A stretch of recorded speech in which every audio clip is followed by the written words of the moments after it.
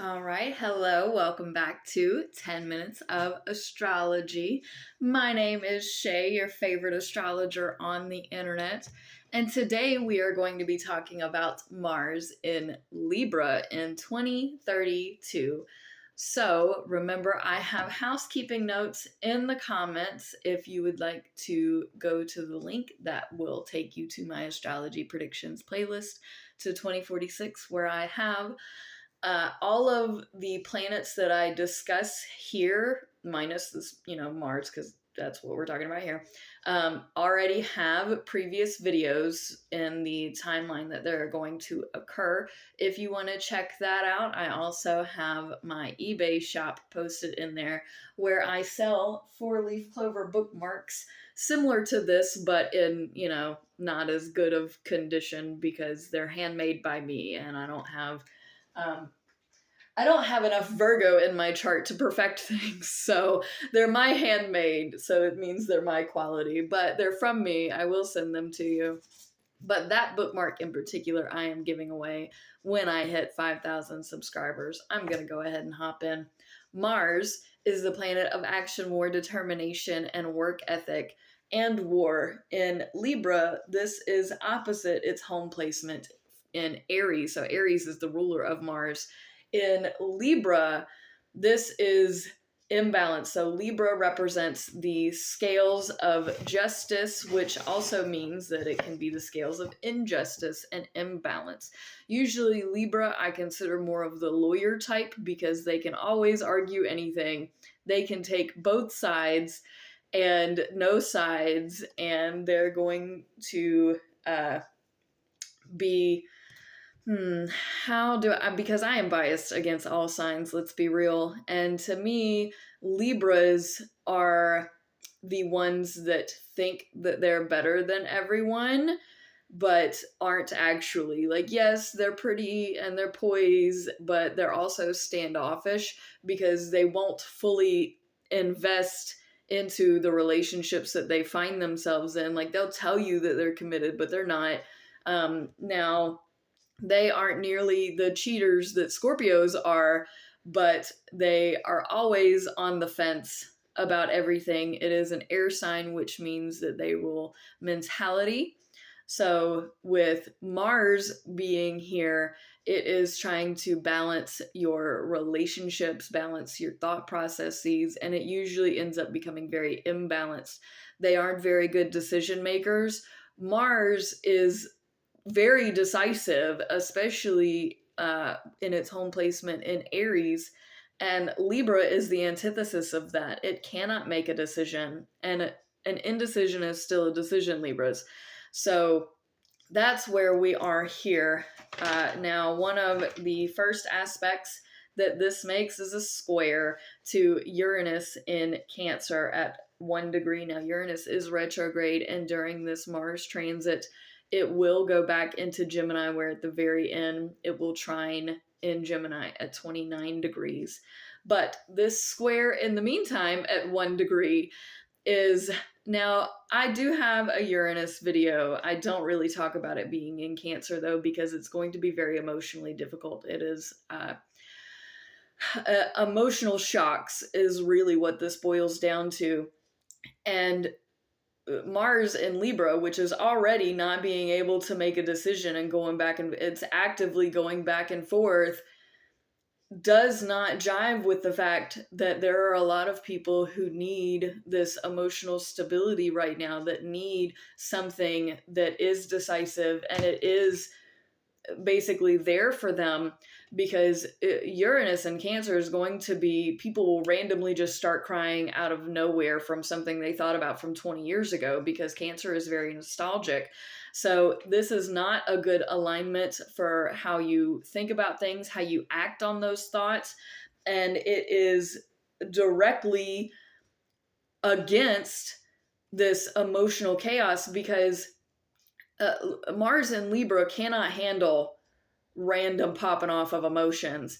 And the people that have these random, crazy, chaotic emotions cannot handle the fact that someone can't, number one, that they can't be handled, but the fact that the way that they are actively thinking about things is not emotionally settling at all. So this is a very difficult alignment to begin with. Then we have a square to Saturn in Cancer. This is going to be about your parents, about the emotions and, your family life, and how stable or unstable the nurturing in your, especially with your parents, is going.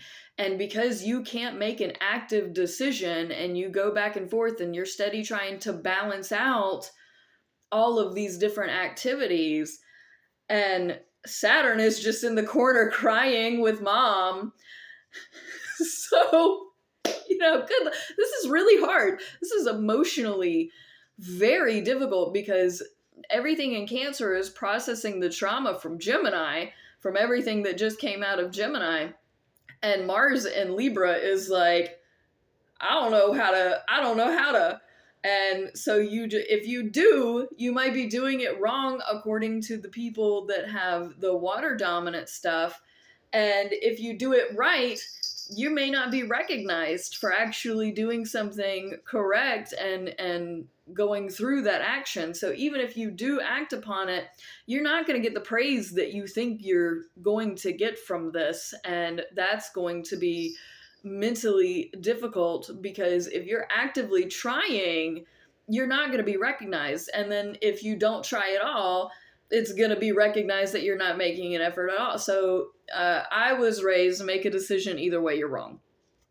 Then we have a trine to Pluto in Aquarius between 12 and 13 degrees. This is nice. So Pluto in Aquarius has been great transformation for the collective, for the random chaotic energy. There have been a ton of changes, but this aligns with Mars in Libra because at least we're thinking about things. We're making an effort to change the bigger picture, and it's at least the inability to balance actively is getting along with the random crazy chaos that we are still familiar with Pluto in Aquarius. So at least in this grand social aspect, this is in alignment with your actions or inactions. So air people, this is a very positive moment for you. Then approximately the 23rd of November, 2032. And when I list out dates, just know that it is approximate. If you want something specific, you're going to have to book a reading with me. Now, the opposition to Neptune in Aries, which is retrograde at 15 degrees, is your choice. So Libra already can't make choices very well. And so I always say that oppositions are best friends, worst enemies. This is where you make decisions. This is where your free will comes into play and how you're actually going to handle things. Now, Neptune in Aries is spirituality for the self. You have the choice here is, are you going to do this to better your spirituality and to move you forward so that you feel more complete and you're going after your passions and your drives and the things that are going to bring you to a higher spiritual octave? Or are you going to make a decision to go against that for your relationships, basically, or for whatever thing that you feel obligated to? It's entirely up to you. I have a feeling that this is something to do with family, and it's going to be a really difficult decision, but very necessary. Depending on this decision that you make is how the rest of this is going to unfold for you. So I really want you to take the time to think about it, because Libra is an air sign. It is very mental. It is your thought processes. So I really want you to take advantage thinking about it before you make any real... I don't like making decisions with Mars and Libra, because it's not a good time to make a decision, but here you have to. So just be very mindful, and I know you will be, as far as what decision that is. I believe that it's going to be with the family, and how you make that decision is going to impact you spiritually and your actions moving forward. Then Jupiter goes into Aquarius and immediately in conjuncts Uranus and Cancer at 0 degrees. So I know this is not about Mars, but it happens during this time period. So I will like to discuss it just momentarily. Now, this in conjunct is an irritating aspect. Jupiter going into Aquarius is expanding in the randomness and the quirks and the social friendships groups. So this could be the start of a good time to really rely on your friends to help you make better decisions and to be able to garner that community for support. The in conjunct to Uranus and Cancer, again, Uranus is emotional shock, and this does not align.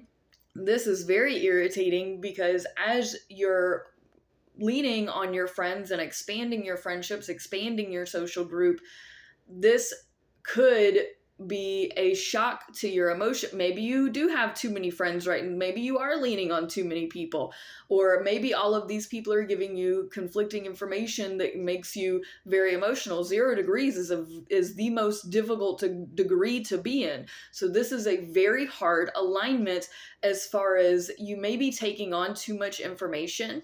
The other side to this is you could be very emotional because we have gone through kind of an isolation period with previous alignments. So it could be that you need to seek out more people. Maybe you don't have enough people in your life, and that is creating emotional shock for you. So depending on where you are in your life and who is around you is how this is going to unfold. But Jupiter is expansion, so this is going to get bigger, and in conjunct is an irritating alignment. So it's like a bigger irritation that is just overwhelming you emotionally. So get it together, water people. Please, please, please prove me wrong and that you can have emotional regulation. Please prove me wrong. Then we have Mars and Libra in conjunct Chiron and Taurus retrograde at 22 degrees. So this in conjunct, again, a very irritating aspect. This deals with in your home and the healing in your home.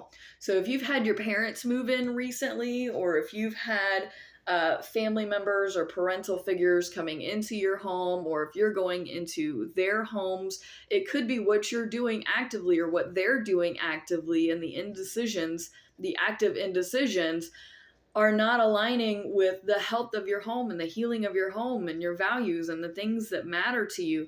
And the things that matter to you and those values, whatever decisions or indecisions you're making, can also impact other people. So this is another difficult alignment because Chiron and Taurus wants to hold fast and steady in the home and with their values and with their pets and with their, their what they're comfortable in, because that's healing to them, is being able to have the stability, the groundedness, the stuff that is in their environment that they can rely on. And this indecision, back and forth, can't make up your mind, mental, just, well, maybe not. No. And I'm not going to tell you make this decision because I don't like making decisions with stuff in Libra. That's not where that's not. But whatever those decisions are is not aligning with the home family values that are supposed to be helping heal you. And those things that are supposed to be helping heal you may not be aligning with whatever indecisive actions are being taken. Then then Uranus goes into Gemini, and that's where we have this trine at 29 degrees to Mars. So Uranus in Gemini has created a lot of trauma, but this trine is how you think about it is completely blown you've found a perspective that has completely blown your mind and transformed and changed how you're going to do things from here forward. This is a fantastic place to end off because all the trauma that we're about to process, it's like we're going to start it back when Uranus goes back into Cancer on a whole other emotional footing, which is going to be fantastic. So, and this Mars indecisiveness is aligning with maybe I have been thinking about this the wrong way. Maybe I have been acting on these things that have been random in all directions the wrong way. And you're thinking about whatever this particular thing is in a whole new way. And it is beautiful that you can redistribute your mind and redirect your mind to understanding that much more. Then Mars goes into Scorpio approximately December 17th, 2032. Thank you so much for watching. Peace out, fam. Much love. Press all the buttons. Press them. Press them.